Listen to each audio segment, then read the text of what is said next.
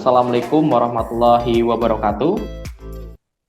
Waalaikumsalam warahmatullahi wabarakatuh.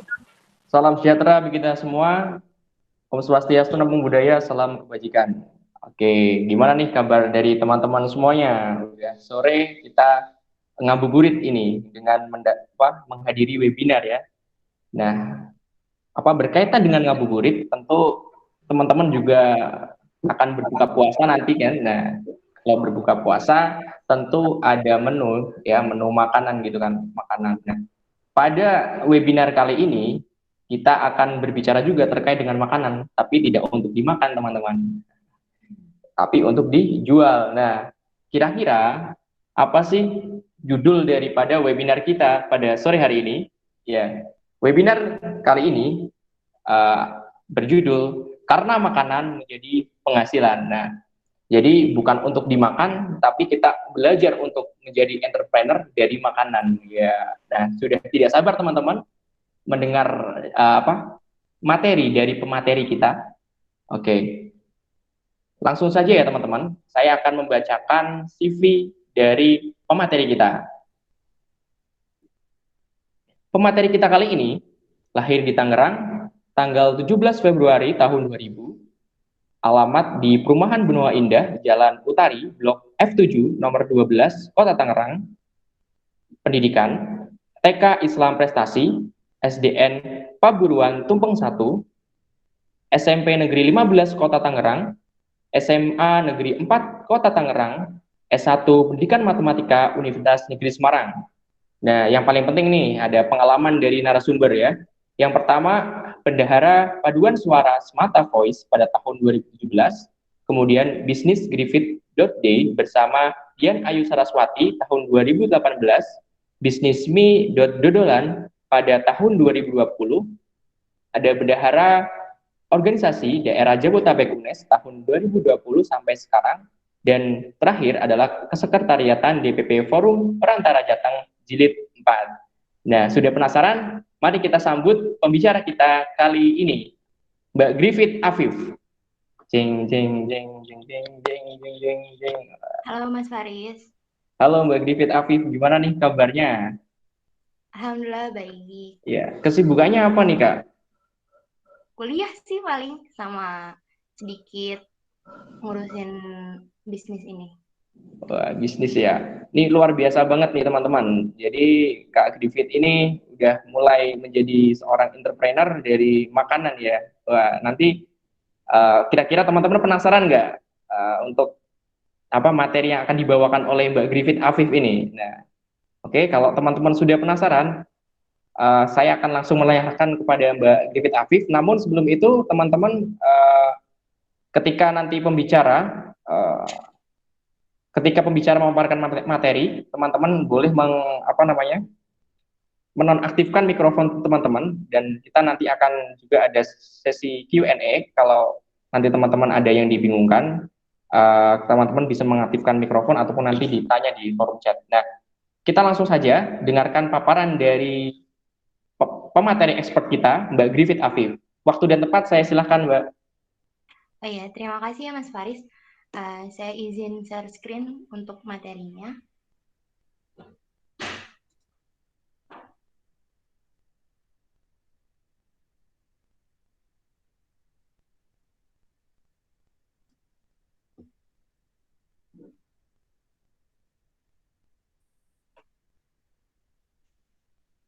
Bismillahirrahmanirrahim. Assalamualaikum warahmatullahi wabarakatuh.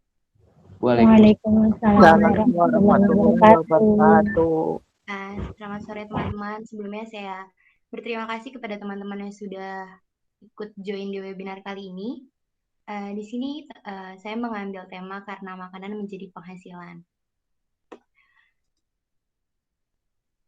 Saya Griffith Afif, mahasiswi semester 6 yang sedang menjalankan pendidikan tinggi sembari usaha kecil di bidang makanan. Kemudian saya akan membahas tentang COVID dulu. Pada saat ini yang bahwa kita ketahui masih keadaan pandemi seperti ini. Nah, jadi banyak orang yang takut keluar rumah. Salah satunya meminimalisir kegiatan di luar rumah dengan misalkan beli barang-barang online, terus kemudian banyak pekerja juga yang masih WFH seperti itu, ataupun berapa persen yang masuk ke kantor ataupun masih tetap di rumah seperti itu. Kemudian khawatir dengan masalah keuangan. Yang bahwa kita ketahui bahwa karyawan itu masih banyak juga yang dirumahkan, bahkan ada usaha-usaha kecil yang tidak berjalan sebagaimana mestinya. Dengan begitu, kreativitas dan inovasi maka harus dibutuhkan pada saat ini. Gitu. Adapun kayak keterampilan-keterampilan ataupun keahlian khusus. Kemudian pertemuan antar orang terbatas. Kita juga tidak diperbolehkan mudik pada tahun ini dan tahun lalu.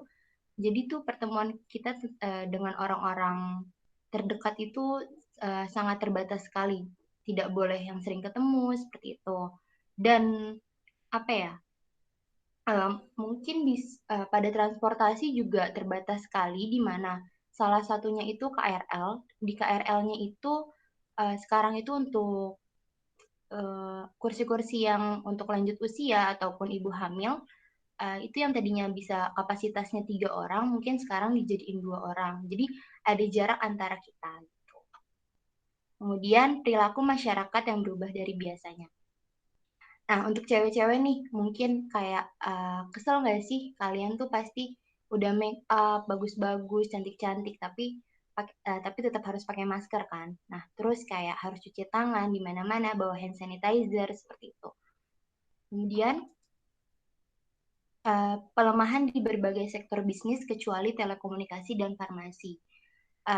Mungkin banyak sektor bisnis yang harus tutup, salah satunya seperti wisata, seperti kayak kolam renang, itu banyak kolam renang di Tangerang yang sudah tutup. Kemudian, tetapi untuk telekomunikasi dan farmasi itu menurut saya tidak mengalami pelemahan, karena di mana telekomunikasi itu sangat penting untuk kita menjalin silaturahmi untuk dengan orang-orang jauh gitu. Dan farmasi sendiri kita kan menggunakan masker, kemudian ada obat-obatan ataupun vitamin yang harus kita konsumsi seperti itu, ataupun obat-obatan yang sekiranya untuk menyembuhkan ketika kita sakit. Nah, ini ada salah satu berita dari OECD pada April 2021 bahwa kondisi UMKM di Indonesia, lebih dari 50% UMKM tidak akan lagi survive dalam beberapa bulan ke depan. Dan diprediksikan 43% UMKM akan berhenti beroperasi seperti itu. Jadi, kita sebagai mahasiswa harus memiliki keahlian ataupun keterampilan lebih. Jadi kita bisa menghasilkan penghasilan sendiri, setidaknya untuk diri sendiri, tidak untuk orang lain seperti itu. Kalau misalkan emang belum mampu untuk orang lain, untuk diri sendiri seperti untuk jajan ataupun untuk yang cewek-cewek itu beli skincare sendiri seperti itu, pasti kan punya rasa kepuasan sendiri. Kemudian di sini ada logo jualan saya, di mana jualan saya itu berdiri pada tanggal 2 Juli 2020. Nah, logo di sini itu merupakan desain komunikasi visual yang berfungsi sebagai wujud pengenalan atau identitas untuk suatu produk kita. Jadi, kalau misalkan teman-teman di sini pengen buat usaha, diusahakan ada logonya dulu, di mana nanti orang-orang tuh, oh, ngeliat logo ini, itu jualannya dia loh, seperti itu. Kemudian dibuat semenarik mungkin. Pasti teman-teman di sini udah banyak mungkin lebih jago dari saya. Terus dibuat inovasi teman-teman itu juga dibutuhkan gitu loh. Jadi kreativitas di logo ini juga sangat dibutuhkan seperti itu. Kemudian di sini ada misoa. Ini merupakan salah satu produk jualan saya, di mana misoa itu mie halus yang dari tepung. Jadi bukan seperti soun ataupun bihun. Di mana kalau misalkan soun itu kan dari saripati kacang hijau. Nah, kalau misalkan bihun itu kan dari tepung beras. Tapi kalau misoa ini itu dari tepung seperti itu teman-teman. Biasanya itu orang Cina melambangkan bahwa ketika kita ada acara besar itu melambangkan untuk panjang umur, mungkin untuk acara-acara ulang tahun seperti itu. Kemudian ada tahu bakso, di mana tahu bakso ini mungkin teman-teman tidak asing ya untuk produk ini. Di sini sih saya cuma ingin menyampaikan bahwa di gambar ini kan ada kayak tepung, terus kemudian ataupun minyak. Nah, itu mungkin bisa sebagai background pendukung dari foto produk teman-teman. Jadi foto produk teman-teman itu bisa disesuaikan dengan jualan teman-teman itu apa sih gitu, misalkan.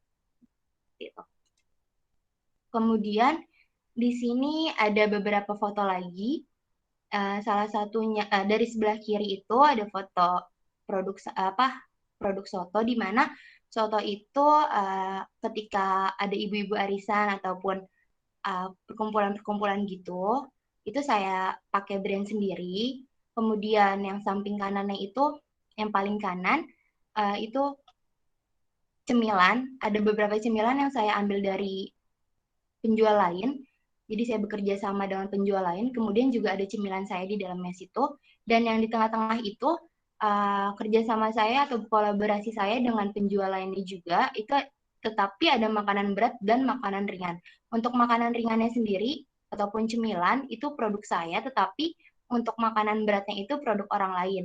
Nah, mungkin dengan kerjasama ini kita bisa melakukan komunikasi lebih lanjut dengan penjual yang kita ajakin kerjasama itu, entah misalkan kayak nanti pakai logo saya ya, atau pakai logonya dia, atau pakai logo kita berdua, itu harus kesepakatan antara kedua belah pihak seperti itu. Kemudian ada pemasaran. Nah, pemasaran di sini sistem keseluruhan dari kegiatan usaha yang ditujukan untuk merencanakan, menentukan harga, mempromosikan, dan dapat memuaskan kebutuhan pembeli dari entah barang ataupun jasa. Seperti itu. Nah, teman-teman sudah tidak asing untuk platform yang saya gunakan, yaitu Instagram, di mana Instagram itu saya isi dengan konten-konten yang menurut saya cukup untuk dimasukkan dalam Instagram itu. Di situ ada review dari teman-teman, ataupun daftar harganya, terus apa sih yang udah dilakuin di usaha ini, entah dari mulai persiapan untuk bahan-bahannya, ataupun sedang pembuatannya, ataupun sampai mendistribusikan barangnya juga ada di foto-foto tersebut. Dan juga perlu diperhatikan juga feed Instagram teman-teman juga untuk jualannya harus menarik gitu. Kemudian delivery order. Nah, delivery order sekarang yang saya lakukan itu saya melakukannya sendiri ataupun dengan teman.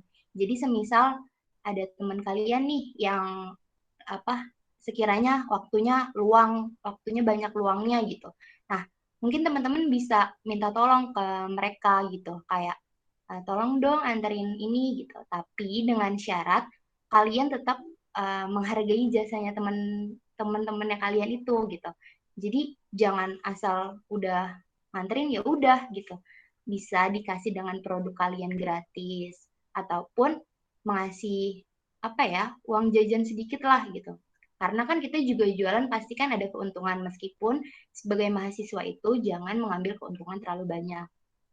Kemudian untuk yang di luar kota sendiri, saya menggunakan Paxel seperti itu, dan harus diperhatikan untuk teman-teman yang ingin mengantarkan pesanannya ataupun kemana-mana tetap menjaga protokol kesehatan.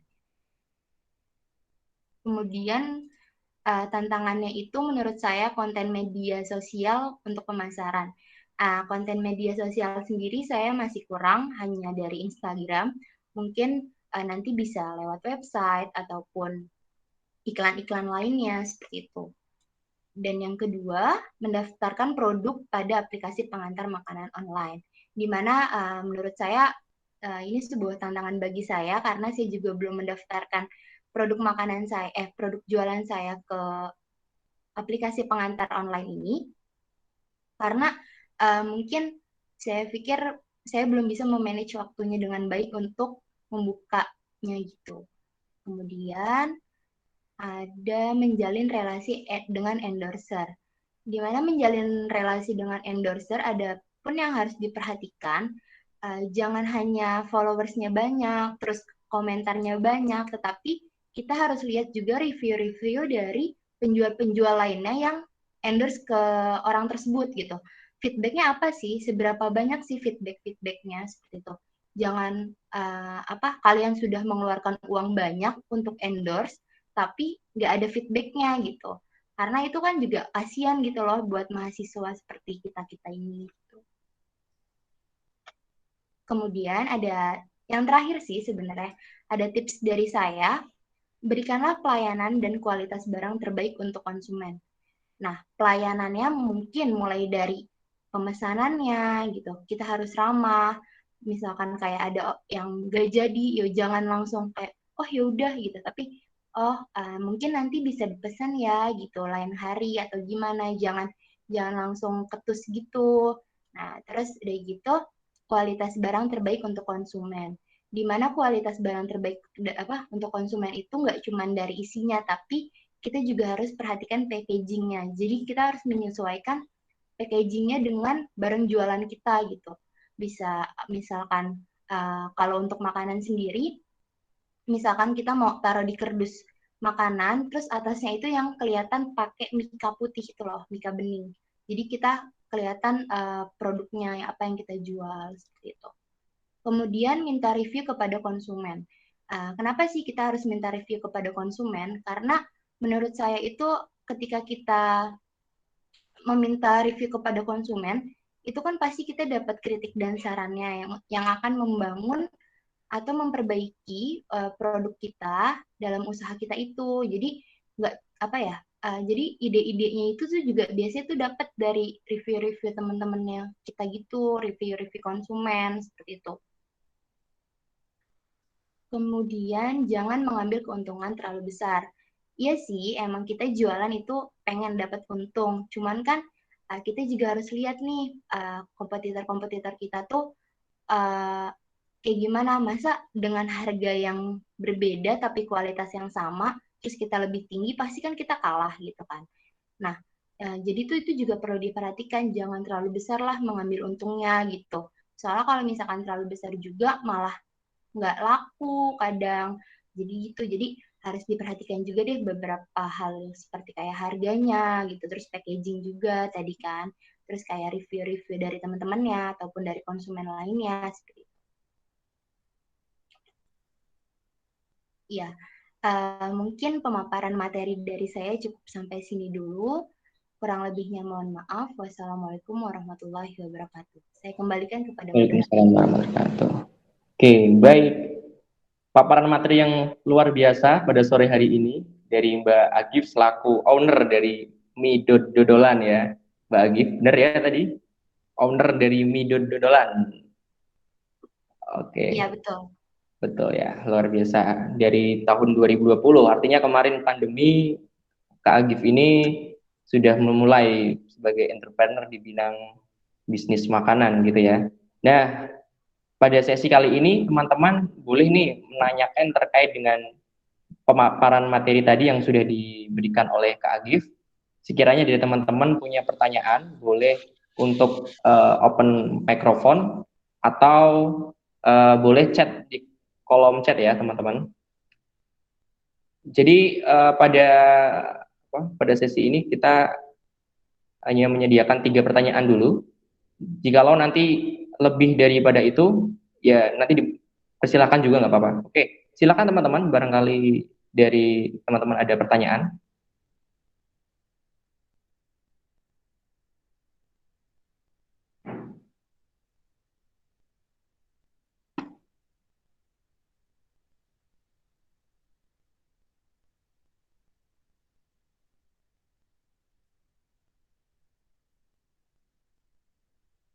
Ya, sekali lagi saya ucapkan selamat bergabung bagi teman-teman yang baru saja join.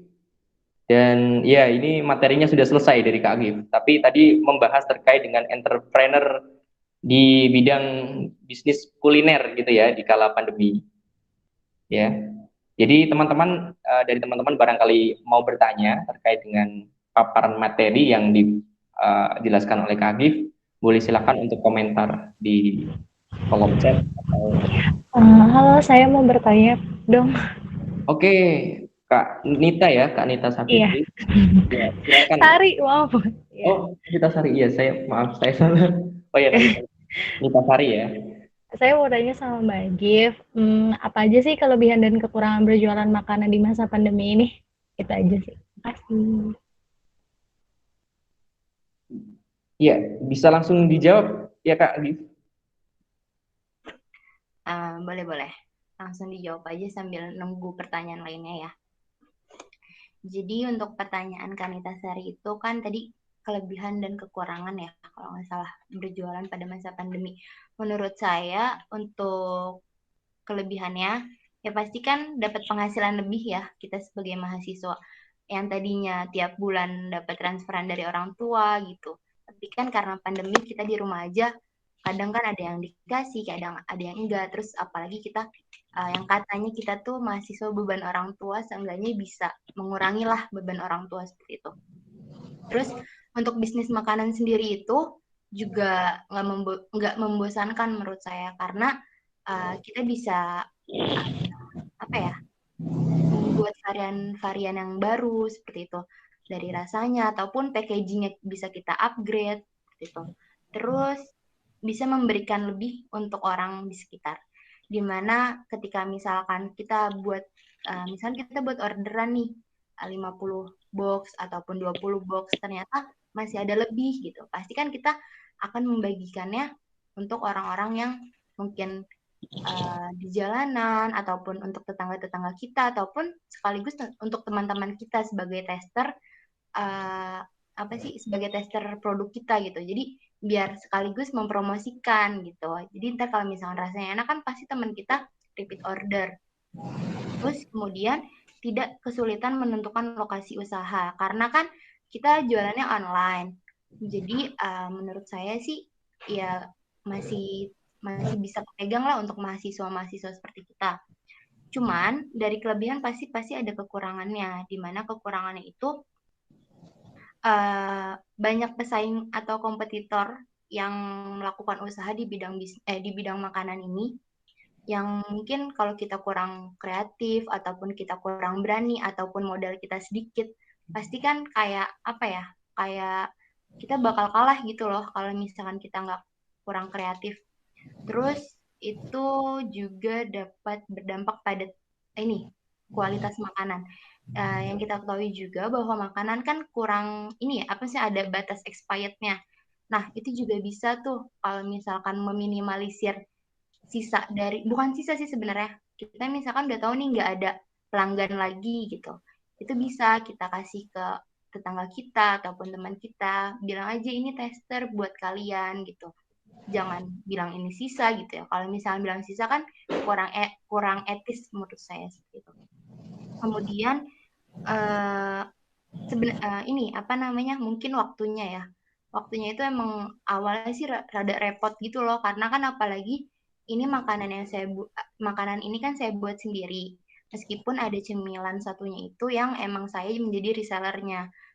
Nah, tapi dengan saya bikin sendiri berarti kan orang lain kan belum tentu juga bisa bikin gitu loh. Nah, itu bisa jadi nilai plus dari bisnis usaha saya seperti itu.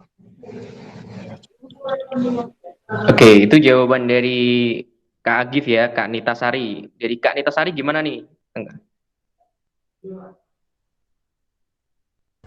Iya, pemaparannya sudah cukup jelas dan lugas. Terima kasih, Mbak Gif. Iya, sama-sama Kanita. Oke, satu pertanyaan sudah terlewati. Nah, di sini ada juga nih pertanyaan di kolom chat nih, Kak. Oke, pertanyaan dari saya baca ini ya, pertanyaan dari Sulistiawati ya. Terima kasih atas materinya. Izin bertanya, tadi di delivery order ada salah satunya Paxel. Paxel itu apa ya, Kak? Oke.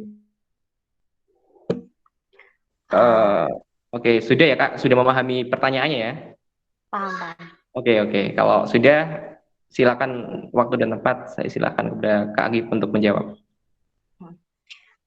Sebelumnya saya akan pertanyaannya kan tadi mengenai Paxel ya. Jadi Paxel itu seperti apa ya? Seperti kalau untuk barang seperti JNE.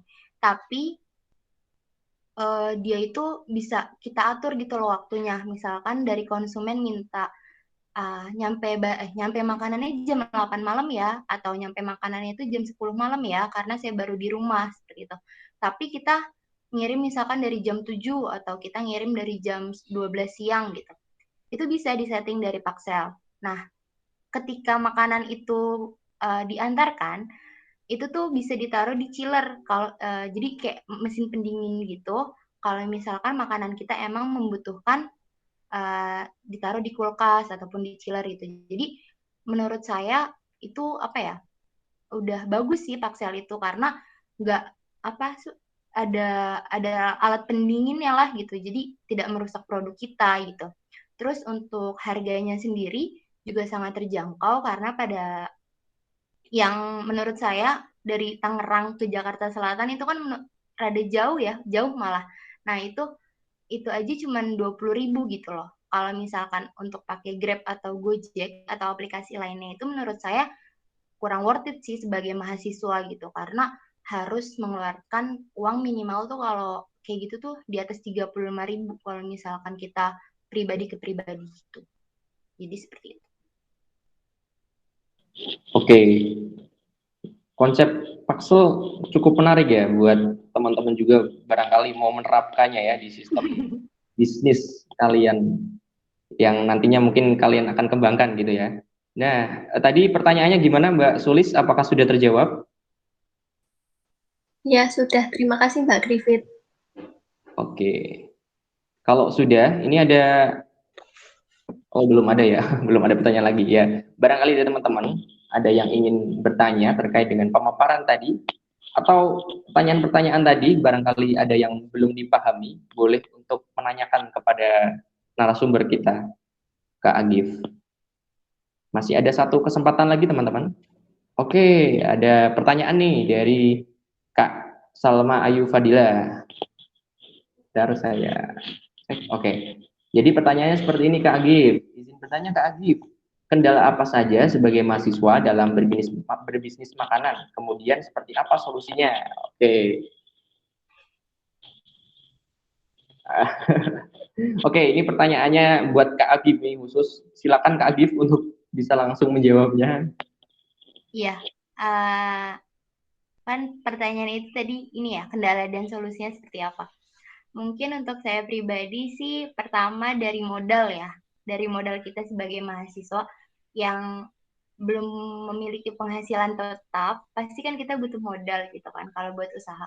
Nah, kalau pada awalnya sih kayak saya itu kalau misalkan modal itu dari hasil uang tabungan dulu kayak setiap hari. Jadi kayak saya tuh nggak langsung buka usaha tanpa ada modal sendiri gitu kan. Terus kan kita kayak tujuannya kan di sini bukan mau nyusahin orang gitu. Kita kan mau mau dapat penghasilan sendiri gitu. Jadi jangan kalau bisa sih nggak usah minta modal ke orang lain, tapi dari hasil kita kayak misalkan yang kemarin-kemarin nih masih ada sisa uang dari tabungan, nah itu bisa gitu dari uang tabungan kita. Nanti kan bisa diputer, ntar untungnya baru deh kita masukin ke tabungan kita lagi yang kemarin udah kepake itu berapa gitu.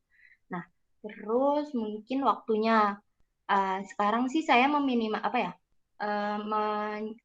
menstrategikan dari waktu itu jadi kayak buat PO gitu pre-order di mana nggak langsung saya bikin banyak terus saya harus cari nih konsumen saya mana gitu enggak jadi saya kayak di list dulu nih siapa teman-teman yang mau beli produk saya gitu nanti baru saya bikinin dan mungkin saya bisa COD-nya ataupun nganterinnya itu ketika saya lagi senggang kuliah ataupun sedang weekend seperti itu tapi ya minusnya gitu pasti keganggu weekendnya jangan jangan mau enaknya gitu ya terus udah gitu apa ya itu sih paling dua itu yang dari saya yang masih menjadi kendala dari modal sama waktu itu. Ya, baik. Terima kasih Kak Agif atas jawabannya. Bagaimana Kak Salwa? Apakah sudah puas dengan jawaban Kak Agif? Cukup puas. Terima kasih atas jawabannya Kak Agif. Oke. Gimana teman-teman? Apakah dari teman-teman masih ada yang ingin bertanya terkait dengan bisnis di pandemi ya. Karena ini judulnya seminarnya itu karena makanan menjadi penghasilan gitu ya. Nah, sekedar info aja nih, Mbak Agif itu salah satu owner ya dari mie dodolan yang dia bentuk tahun 2020 ya. Ada pengalaman di situ. Oke, ada pertanyaan nih Kak Agif dari Kak Renata. Kak Renata, saya buka dulu pertanyaannya. Kak Renata Anjarini. Oke. Izin bertanya Kak, bagaimana cara memanajemen waktu sebagai mahasiswa yang harus kuliah dan sebagai wirausaha muda yang harus berjualan? Nih, pertanyaan yang cukup menarik Mbak Agif. Apalagi sebagai mahasiswa matematika lagi ya, yang tentunya udah mikir angka-angka gitu ya. Dan ini ditanyain gimana caranya untuk memanajemen waktunya berwirausaha dengan kuliah. Oke, silakan Mbak Agif. Iya, pertanyaannya cukup menarik dan cukup bikin pusing sih sebenarnya. Nah, apa namanya? Jadi kalau untuk manajemen waktu sendiri, saya sih paling kayak ya itu sistem pre-order gitu. Jadi misalkan ketika weekend itu saya buat produk saya ataupun ya itu saya misalkan hari biasa saya mulai menawarkan siapa yang mau beli produk saya gitu. Ketika ntar udah weekend saya bikin dan saya langsung mendistribusikannya seperti itu. Karena kan juga mengingat bahwa makanan ada batas waktu expirednya seperti itu. Nah, terus udah gitu mungkin dengan kerjasama dengan penjual lain. Di mana kerjasama penjual lain itu menurut saya banyak keuntungannya karena kadang apa ya, kan kita kan juga nggak mungkin ambil untung yang dari double-double gitu, cuman pasti kita dapat untung juga kayak ntar kita diposting di Instagram media gitu. Jadi kayak banyak deh keuntungannya menurut saya gitu. Dan untuk manajemen waktunya itu paling kalau misalkan kuliah ya udah tetap kuliah gitu. Terus kalau misalkan ada senggang waktu, saya COD gitu. Emang capek sih sebenarnya. Cuman merasakan kepuasan sendiri aja. Oke, gitu ya tanggapan dari Kak Agif. Kak Renata, gimana Kak Renata atas jawaban dari Kak Agif? Apakah sudah bisa diterima? Iya, sudah terjawab. Oke. Oke, terima kasih ya bagi penanya, teman-teman semuanya. Tapi kami masih memberikan itu ya kesempatan bagi teman-teman barangkali masih ada pertanyaan ya yang belum tersampaikan. Silakan dari teman-teman barangkali malu untuk menyampaikan secara langsung melalui mikrofon, boleh di kolom chat ya. Silakan.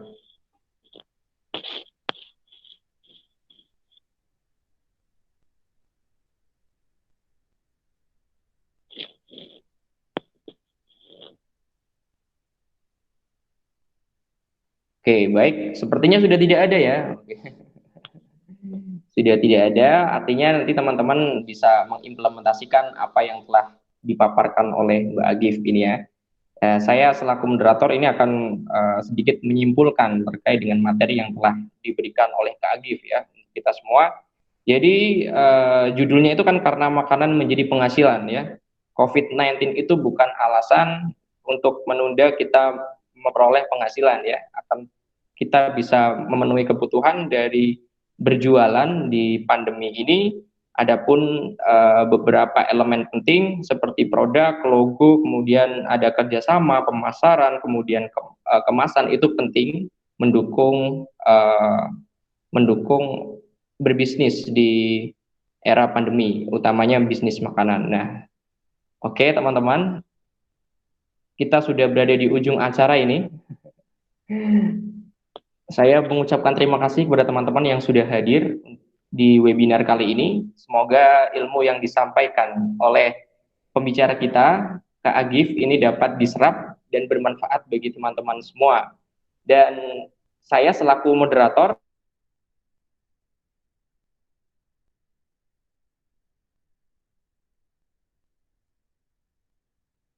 wabillahi taufik wal hidayah. Wassalamualaikum warahmatullahi wabarakatuh. Waalaikumsalam Ya, warahmatullahi wabarakatuh. sebelum kita mendengarkan room, teman-teman boleh mengaktifkan kamera. Kita akan berfoto bersama dulu.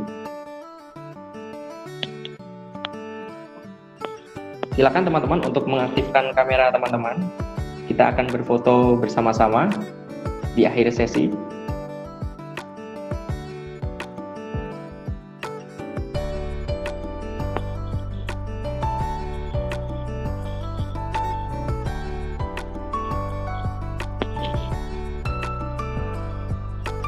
Baik, sudah siap teman-teman? Oke, jika sudah siap, saya pandu ya. Ini yang juru potretnya siapa ini? Kak Sulis ya. Kak Sulis gimana? Sudah siap Kak Sulis? Sudah. Oke, sudah siap ya. Ayo, kita satu kali lagi ya teman-teman. Silakan untuk on cam. On cam kita akan berfoto bersama-sama. Sebagai kenangan ini ya. Kita pernah webinar bersama-sama. Asik. Oke. Saya pandu ya. 3, 2, 1.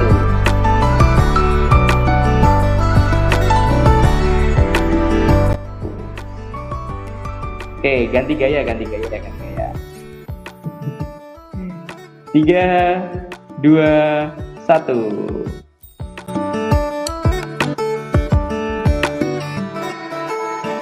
Oke, udah nih. Terima kasih teman-teman yang sudah hadir.